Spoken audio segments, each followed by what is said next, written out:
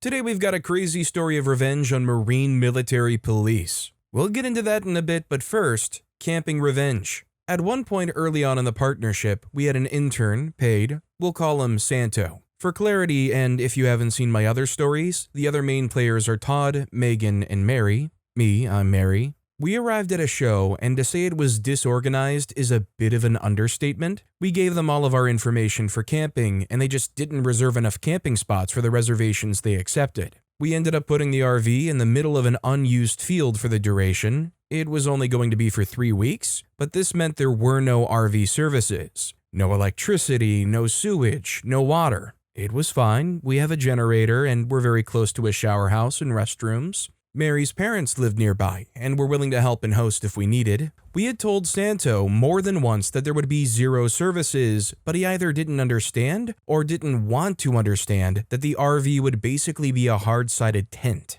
We told Santo many times, couldn't have been more clear that showers, bathrooms, etc. were in the shower house at the other side of the field. Well, during setup, Santo had been benching all day. The heat, the amount of work, basically everything was something to complain about from him. He was making a crappy situation into an unbearable one with all the complaints. We weren't happy either, but it is what it is sometimes, and you get used to making improvising fun as a way to deal with the crap that comes up. At the end of the day, it started pouring rain. Santo announced that he wanted a shower and asked when we were going to hook up the water to the RV. Todd, without missing a beat, says, as soon as someone climbs onto the roof to open the water collection cistern. Santo said, what cistern? Megan replied, the one on the roof for rain collection, so that when you're camping without water connection, you can still have water. Santo skeptically replied, why have I never heard about this before? Mary said, because we've always camped places with connections. Haven't you ever noticed the crank in the roof of the bedroom?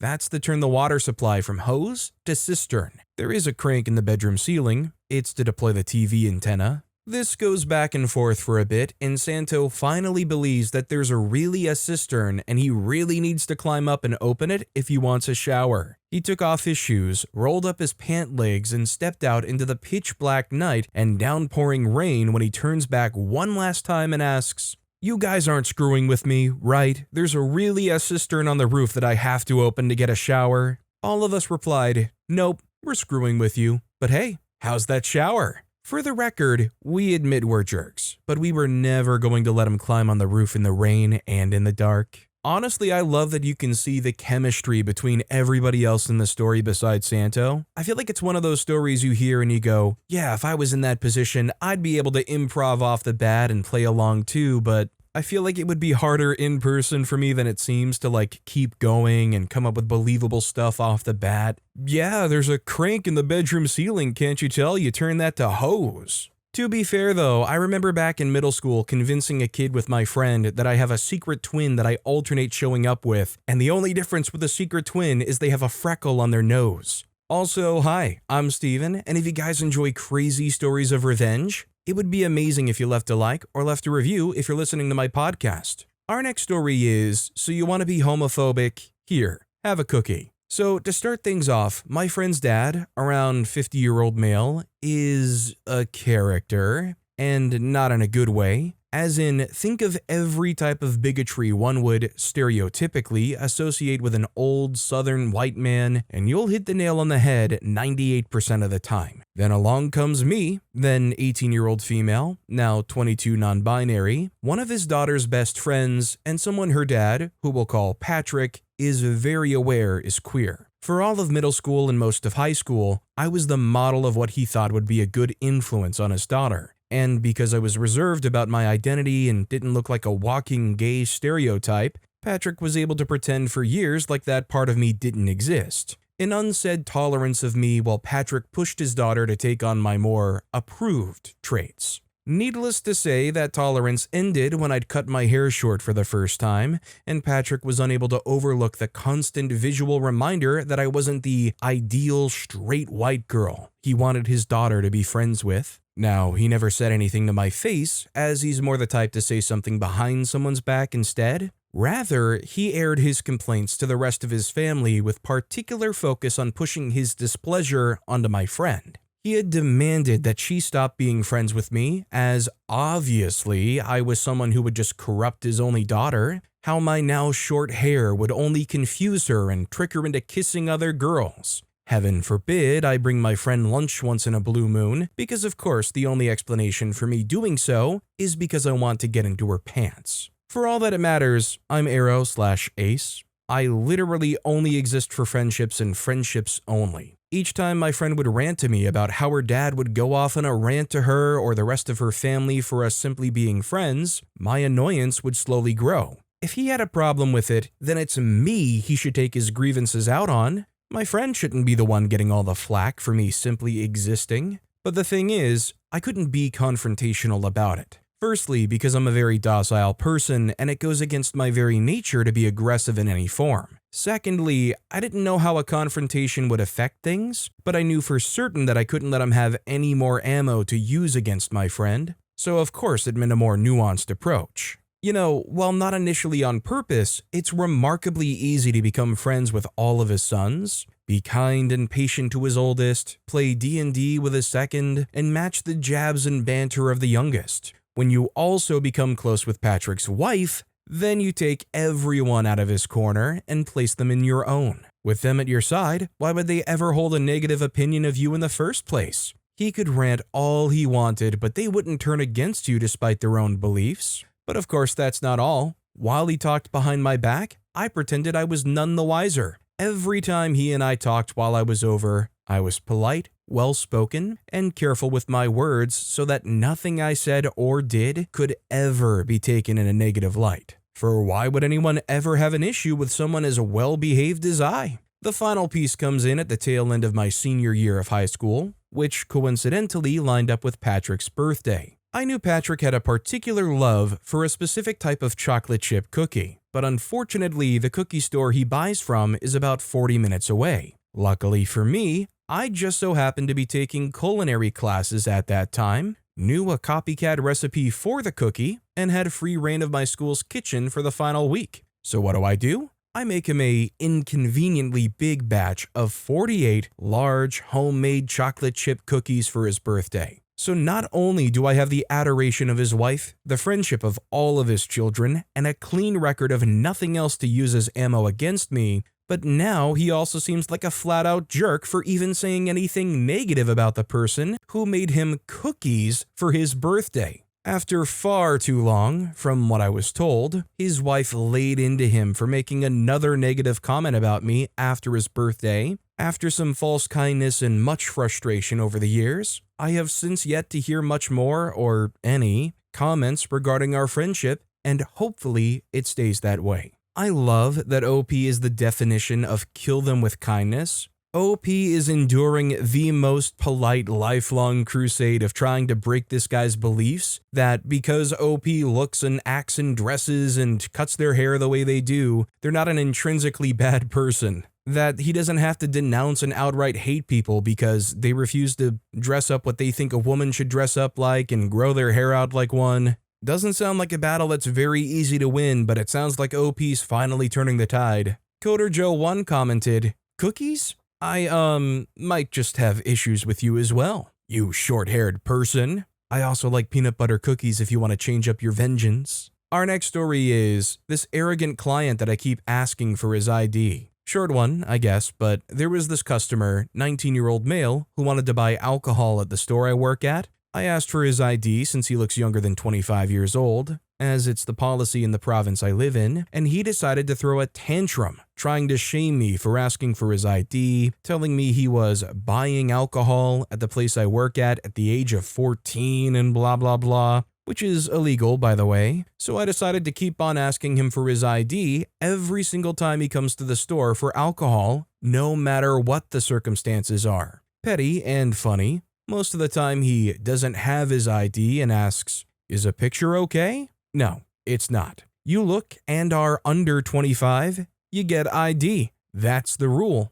I'm not risking my job for your ego. People, please always bring your cards with you and don't be a jerk about it or I'll ask you for your ID. Also, I'll still ask him for his ID even after his 25th birthday. Here's the thing, unless you actually don't have your ID or like you clearly look older than 21, I think the rest of the people shouldn't be upset at all about being carded because it's almost a flattering thing. Like, oh, you really think I look 21 or younger? Well, bless your heart. Crash866 commented, I was 2 days away from my 65th birthday visiting a friend in New York State and got carded at Tops for buying a root beer. Locked up the whole store's POS system. Cashier entered my birth date as it was on my Canadian ID as they would not scan on their system. I was, according to the system, as born on the 19th day of the 58th month in the year 1101. Canadian ID is year, month, day, not day, month, year. The cashier was crying when the manager came over to clear it and reset everything.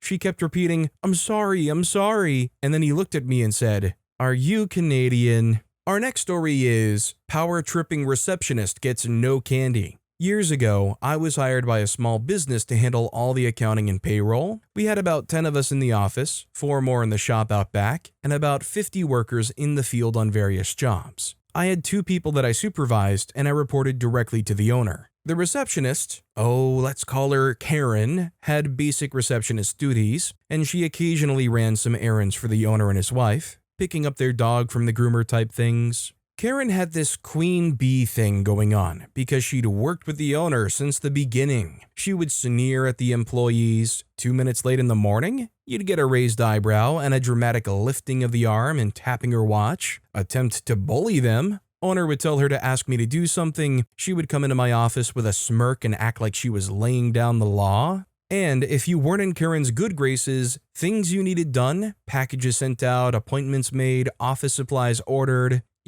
stuff a receptionist does, somehow took way longer than they should. It got to the point where instead of dealing with her personally, we would just do her tasks ourselves just to avoid friction. One thing the owner liked to do when he was at Costco was get a box of granola bars, candy bars, or other snacks and put it in the kitchen area for everyone to grab one for a treat. One day, the owner brought a box of Snickers in, and Karen bounded with glee to the kitchen. As she walked by my office, I noticed she had grabbed a bunch of them and was trying to quickly get back to her desk. Later that day, one of the shop guys, Kevin, came in and I told him to grab a Snickers bar from the kitchen on his way out. Kevin chuckled and said, Does Karen know about them? If she does, there won't be any left. He mentioned that every time the boss brings some snacks in, she grabs a bunch and hoards them in her desk. Sure enough, in the kitchen, there was only 1 candy bar left out of the whole box. Now, this is the kind of thing I usually just roll my eyes at and go on living my life, and I did. New box of treats,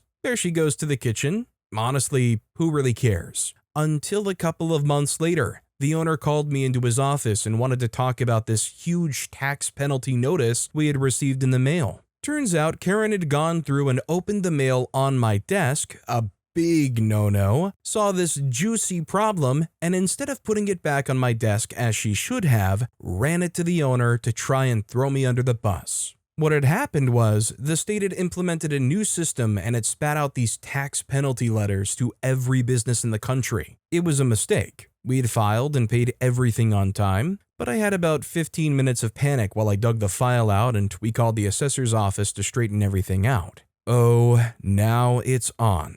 Sometime later, Karen was out running some errands for the owner, and I saw him at her desk looking for paper clips. I saw an opportunity. I helpfully looked with him until we came to a drawer with her candy stash. Friends, it was like opening a treasure chest. There were about 35 to 40 candy bars that Karen had squirreled into there from various boxes the owner had brought in over the last couple of months. The owner got really quiet, then grabbed all the candy bars and laid them out on his desk in his office. He had immediately figured out how, when he buys a box of 30 or so candy bars for 10 people in the office, it's emptied quickly. Later, Karen came back to the office. She put all her stuff down and opened her drawer to get herself a treat. Her face went from confusion to shock when she saw the drawer was empty, to white as a sheet when just then the owner came out and said, Karen, can you come to my office for a minute? According to the owner, she had reasoned that she was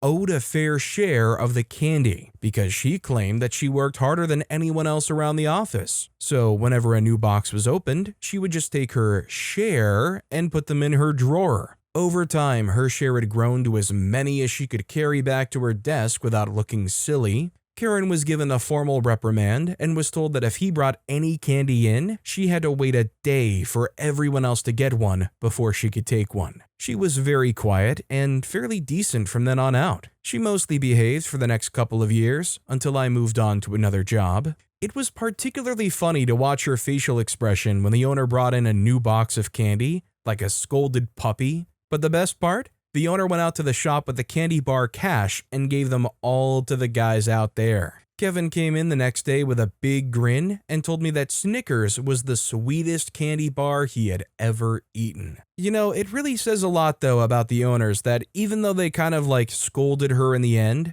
she still ripped open a letter on OP's desk and got away with it completely unharmed, and then was caught stealing probably hundreds of dollars worth of that candy, which wasn't clearly all meant for her, and still got to continue working there, albeit a little bit more scolded when snack time came around. Tsunayoshi commented, "Shame she wasn't fired for opening mail that was on OP's desk, as I'm getting the feeling that that wasn't entirely legal." Karen should enjoy that bitter taste of defeat though. Nothing sweet coming her way after that stunt. Our next story is, insulting me won't get your windows cleaned. This isn't my story, but one of my clients. I of course got permission to post, albeit with fake names. Let's set the scene. This happened last week. My client, C, 25-year-old female, is a store owner of a fancy boutique store in an awesome off-Main Street in one of the larger European cities. It might be off Main Street, their street has been consistently voted the most fancied streets of the city, due to the original middle-aged building, the overhanging plants, and the general good, relaxing vibes that hang there. One of the downsides of the overhanging plants in the street is that during the seasons, the windows of the store tend to get really dirty really fast. Plant seeds tend to stick to the windows, leaving stains. That means you have to clean your windows bi-daily. Now onto the story. C is a smart woman. When she mops the windows of her store, she adds a chemical to her soap.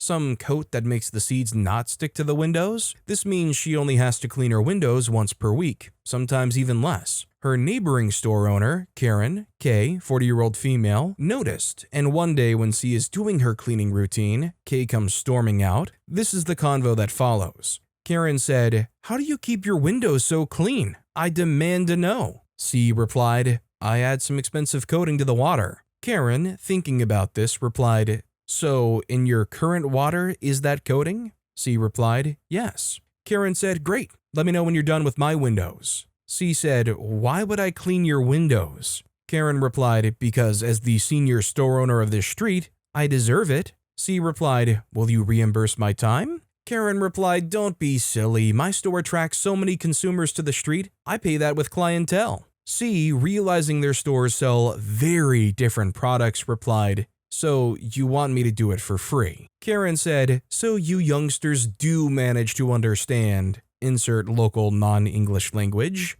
Good. Off you go. Let me know when it's done." At this point, C is shocked at the entitlement and decides there and then to take revenge for the disrespect. She cleans and dries her own windows, and when she's done, she throws the remaining water against the windows of K's store. She even goes out of her way to make another bucket of water to throw the remaining windows of K's store and goes back to business. Sounds innocent enough, right? Wrong. C knows that if you don't dry the windows after washing them, you'll get stains. However, the chemical that C adds to coat her windows hardens those stains, meaning you can hose them down, but once the window dries, the stains return. This continues to happen until the coating is completely removed from the windows, which takes about 6 months. K didn't dry her windows, and she threatened legal action against C. That never happened. What did happen was that K got a professional window cleaner to get rid of the coating. It took them 3 cleaning sessions to do it, setting K back several €100. Moral of the story, insulting C will make your windows look dirty for a long time. I mean, I don't know what you expected, going up to another store owner who was doing some hard labor keeping their store clean and working hard, and going, "Hey, do that to my windows, for free," and ruffling their feathers up even further like, "Oh, you do understand our language, get to it, kid." You know what? Screw your windows in particular, Karen. Tremenda Karusha commented, "That's brilliant, turning a petty demand into a slow burn prank that cost the other person both time and money, all while keeping it completely legal and harmless. really makes you wonder how many more creative retaliations are out there waiting to be discovered. Nihilist commented, I mean, it's not really legal to vandalize someone's property. In most countries, they could take her to small claims court for the cost of the cleaning. That lady sounds like an absolute jerk, and she definitely deserved this, but it's not illegal to be a jerk. It is illegal to vandalize property. OP responded commenting, that's the brilliant part of it. Legally speaking, from the perspective of the law in the land we live in, obviously not the US, this isn't vandalism. It is a permissible side effect from the cleaning coating. C didn't follow the proper way of using the coating, but since K invited her to clean her windows, the risk of improperly using the coating falls to K. Our next story is, won't stop texting in the movie? It must be more interesting. I'm settling down to watch one of the newer movies in a theater and I see this kid next to me texting. Nothing big if it's during the previews. I was reading a book on my iPad until the lights dimmed, but then I still see the text messages going on with the trailers and start to get concerned. I peek over at the screen but can't see anything, so I just try to be noticeable to make him think I'm bugged, no words needed, but the opening credits start and he's still texting, so I ask in a whisper, "What's so interesting?" And he replies, "Nothing," looks confused but puts the phone away, and for a little while I'm allowed to relax. But a little while later, I can see a darkened screen. He dimmed the phone, but I can still notice it in the movie theater. I move over, lean over the armrest to take up some of his personal space, but that does nothing. I try to ignore it for a few times, but eventually I got fed up and I used my iPad to quickly turn on and off the screen to flash the kid. I apologize as if it was a mistake, and finally the kid gets the picture and doesn't look at his phone for the rest of the movie. I'm kind of curious how often this just happens these days. With the phone being kind of like the essential tool these days when you leave the house, is it fairly common to go to a movie theater and see somebody on their phone? If anything, this is kind of exactly why I try to choose like weird off times to even go to the theater. First showing on Tuesday morning or something like that. Granted, not everybody can do that, but when I do go, I try to make it work like that. Mekya commented, "It worked. Might have also annoyed the rest of the theater though. I don't mind phones to an extent, don't keep them out. If it's not a quick back and forth, then leave the room to get it figured out. Like a parent responding to a babysitter or a kid on a quick question,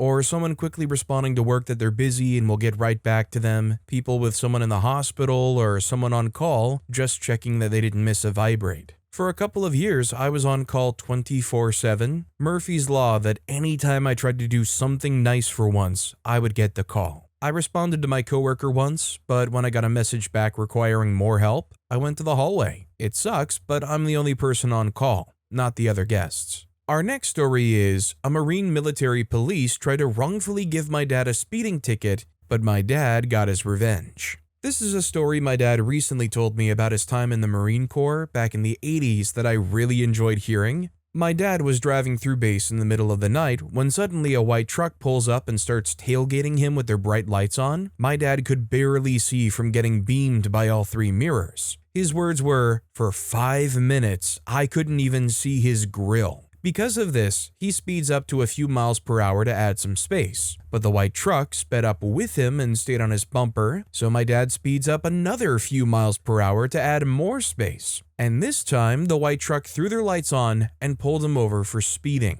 It was an MP, military police, who was a lance corporal. The lance MP calls for backup, and another MP shows up who's a corporal, which is a higher rank than lance corporal. My dad tells Corporal MP exactly what happens, and the two MPs get into a dispute because Lance MP wants to give my dad a ticket for speeding, but Corporal MP doesn't want to after hearing my dad's side. In the end, Corporal MP says no ticket, and they let my dad leave. Now, my dad is a shooting range coach in the Marine Corps. In the Corps, you have to do a shooting qualification every single year, and you must pass, or else you can face disciplinary action. The coaches basically instruct and manage the Marines during live fire as they're doing their qualification. They're mostly watching for safety. If you do anything unsafe with your weapon, the coaches can throw you off the range and you do not qualify. So, fast forward a few months after the MP situation, my dad's on the range, coaching and monitoring as usual, when he looks over at the block of shooters next to him. And who does he see is doing their qualification today?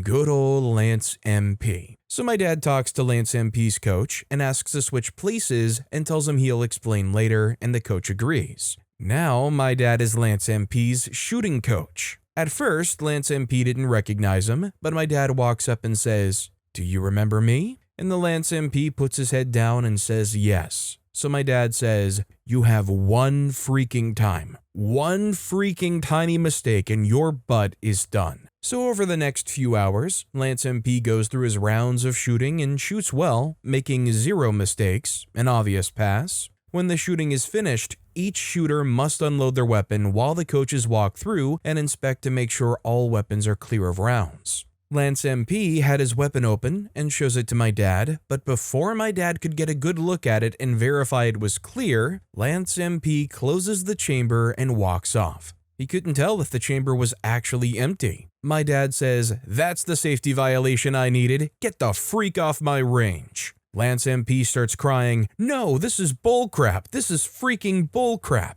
Dad wasn't having it. He was gone. Lance MP, a Marine Corps military police who is basically armed at all times, fails his shooting qualification due to a safety violation. I don't know what happened to Lance MP when his command found out why he unqualified, but based off of my own time in the Marine Corps, I'm positive he was freaked. Edit, Lance MP spent over 5 minutes arguing with Corporal MP because he was adamant on giving my dad a speeding ticket. If my dad had gotten that ticket, he would have been in far more trouble than Lance MP for unqualifying. My dad's probably the nicest person I've ever met, and by no means a spiteful person, but hopefully he taught Lance MP not to freak over other Marines. Don't forget, Lance MP probably freaked over plenty of Marines with bullcrap speeding tickets before pulling my dad over. I should also note that when my dad was telling me the story, when he was speeding up to put space between him and the truck, he said he just barely eased on the gas. He didn't just speed up and immediately go 10 miles per hour over the limit. Edit 2, I got a speeding ticket on base when I was a Lance Corporal, and it halted me from reaching Corporal for over a year. Speeding tickets are no joke in the Marine Corps. To be fair, I do have to kind of defer to OP's experience here and trust that what they're saying is accurate. I certainly don't have any idea of the inner workings of the Marine Corps and how painful it would be to get a speeding ticket like that. If it happened as described, I think it's very clear to say the only bull thing going on was what the Lance Corporal was doing. Calidus commented, "I was Air Force on Kadena Air Base, Okinawa, Japan. This happened around 92. One of my friends discharged from the USAF to work in Okinawa with his Okinawan wife. He had a civilian job and was a legal alien in Japan. He was also very visibly not Japanese. Blonde-haired and white. Let's call him John. He was driving his Japanese registered car on the main road right in front of Kadena Air Base and was speeding. A military MP vehicle pulled up behind him and put on their lights. John figured that this didn't have anything to do with him and kept driving. After a few miles, he got tired of the annoying MP and pulled over. The Marine MP was furious and stomped up to the window and demanded John's military ID right now. And John calmly asked the MP why he pulled John over. The MP said he was speeding, that's why. John, again calmly, said he was aware he was speeding, but why would an American military cop pull over a Japanese resident? After a lot of shouting, and with John pointing out that while he used to be USAF, he was now just a civilian, a Japanese resident, and no longer under military authority. The very upset MP let him go with a warning. That was worth the paper it was printed on. Our next story is Taco Bell Profanity. A few years ago, I was having lunch with my wife in a Taco Bell. I don't think the name of the establishment matters, but I want to be as factual as I can. We sat down at an empty table. The restaurant was empty. 0 customers but my wife and I. One place is as good as any when it came to seating. This family of 3 comes in and sits at the table behind us. No big deal, 0 problems at all. However, after a few minutes, the little kid, maybe 2 or 3, stood up in the seat and was peering over the seat and disturbing my wife who was seated on that side. My wife asked the parents politely as possible to have the little one turn around. The kid was grabbing at my wife's hair and being what a 2-year-old does. The parents didn't acknowledge my wife's attempts to wrangle in the kid, so I took matters into my own hand. I started to talk to my wife about our project we were doing at our home, but with more cuss words than a sailor would use describing an orgy at a brothel. I was going to freak the freak out of the mother freaking lawn tomorrow, and those goddamn weeds better get the freak out or I'll, you know what, they're weed mothers. The whole time, I was talking at a volume that the others definitely had no doubt what words I was using. I glanced up to see the father give me an unwelcome look. I just smiled and continued my profanity-laced soliloquy. The payoff was them abruptly getting up and going to the farthest distance away while still being in the restaurant. I didn't know I had those words in me, or those combination of words. Some of it didn't make sense, like I had Tourette's syndrome. Anyway, I believe it was petty. I think what disappoints me the most is they're letting their 2-year-old kid hear all that and they're still not doing anything about it. At most, they're giving OP an unwelcome look? Like, gee, I really wish you didn't do that, but I'm not gonna do anything about it. Now their little 2-year-old kid's gonna run around shouting bleepity bleep bleep bleep. But with that being said, that's all the bleeping time we have for today. Now, if you want to hear another absolutely crazy revenge story, check out that video on the left. Or if you missed my latest video, check out that video on the right. That said, I'll see you all next time with some more stories.